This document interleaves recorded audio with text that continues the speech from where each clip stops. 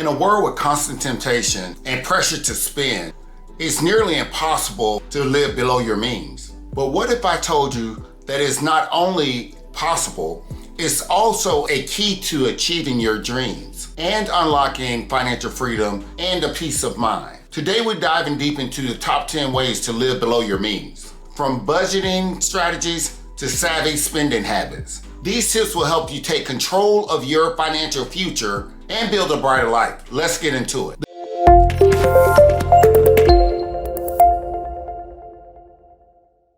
The number one tip is to avoid debt. Debt is very easy to get into, and oftentimes, if you're not careful, it will sneak up on you and become a bit out of control. You can start off by seeing a few little items that you possibly don't have the money to purchase, but you have access to a credit card. And before you know it, you're swiping your card here and there. Out of nowhere, now you are in a large amount of debt. Not to mention, we do have debt that are necessities, such as a home debt or a car debt. However, that doesn't mean that we should go out and live beyond our means if we secure a home or a car. Then those unnecessary debts, such as credit card debt or medical debt, cosmetic surgeries, and things like that. Make sure that you are aware of all the debts that you have and all the interest rates resulting from the debt. Make sure you're paying off all the debt with high interest rates first, while paying the necessary debt such as your mortgage and your car notes. And don't make any additional debt. This will be a key element to living below your means. Up next is subscription services. You want to make sure that all unnecessary subscription services are canceled immediately. Why pay for something that you're not using or you may never use or you haven't used in a while? So by all means, take a look at those subscriptions and remove any of those and cancel them so that you won't incur that monthly charge.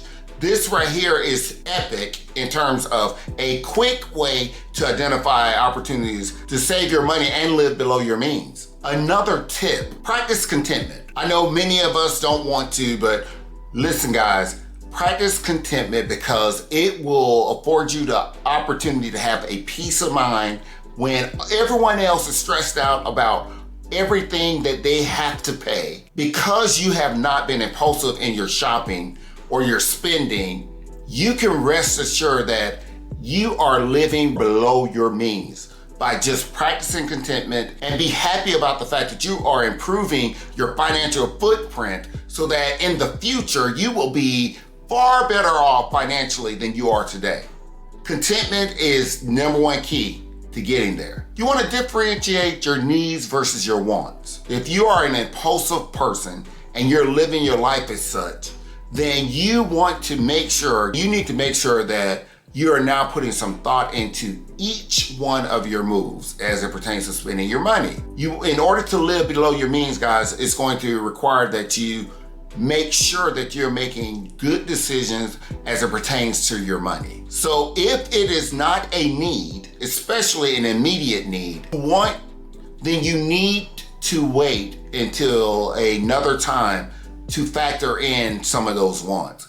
Right now, we're talking about bare minimum needs and how to live below your means so that you can secure more money to put towards investments and other things. You want to save regularly.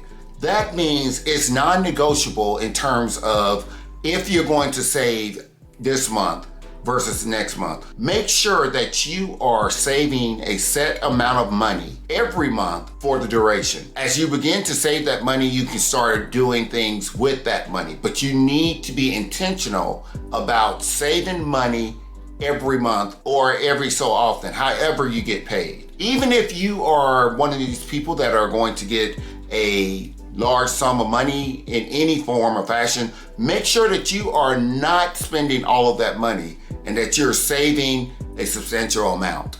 I can assure you that you're going to need it and you'll be so happy after saving this money. Budget wisely. The cornerstone to living below your means is being intentional about your budget. Set a budget based on your income and your expenses and stick to it. I can assure you that If you stick to your budget, you will see an improvement quite substantially over a short period of time. If you're one of those people that are having challenges with setting a budget or sticking to the budget, then you're going to be forever chasing your tail in terms of trying to save money. Set a budget, guys, and stick to it. You ever thought about comparison shopping? I know if you're anything like most of us, you're going to see something and buy it if you like it. But before you make that purchase, especially on a large item, I want you to start comparison shopping. You would be amazed how much money you will save by comparison shopping. Not to mention, many retail organizations now will match or price match that of their competitors to make sure that you're continuing to buy from them. So if you're unaware of how much a particular item costs at other retail shops, then you are doing yourself a major disservice. Comparison shop, see who has the cheapest price for any of the items that you identify as a need or ever so often a want, and then purchase it from the person that's offering that particular product at the lowest cost.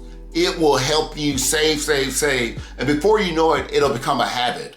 And you'll always comparison shop. And that is a great habit. I know that this one right here is going to be extremely difficult for us to bear, but we have to downsize our living. I know you don't want to hear it, but really, if you don't need all the space that you have, then downsize. Think about other ways that you can live.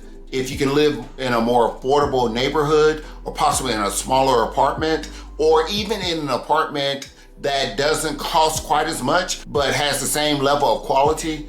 Think about all those things and think about the amount of money that you will save if you downsize your standard of living. In addition to just your living space, even transportation. Do you really need a car that's $50,000 versus just a car that will get you around that's safe? Do you really have to eat out 3 times a day when in actuality you can limit it to 3 times a week? I mean, there are so many ways that we need to downsize our living. Think about all those ways that you can downsize your living, and I can assure you that it will help you live far below your means and capitalize on the savings. You need an emergency fund, guys. What that looks like for you is totally different from some people, but I would just tell you, rule of thumb, at least have 6 months of savings in an emergency fund to help you out should anything happen, because we never know what will happen. But it's imperative that you have an emergency fund in the event that you have an emergency. And I will leave you with this. Limit your dining out experience. I know, I like dining out too. By limiting those experiences, I can assure you that you will see your money building. It will build, because eating out is expensive. I don't care if you're eating out and you're having a Happy Meal, or you're eating out and you're having a high dollar steak meal. The price that you will pay is far greater than what it would cost you to prepare your meals at home. Remember, living below your means isn't about deprivation. It's about making intentional choices to align your goals and values. Together, let's embrace a life of abundance and financial well-being. I hope that this has been helpful for you. Please like, share, and subscribe. Until next time.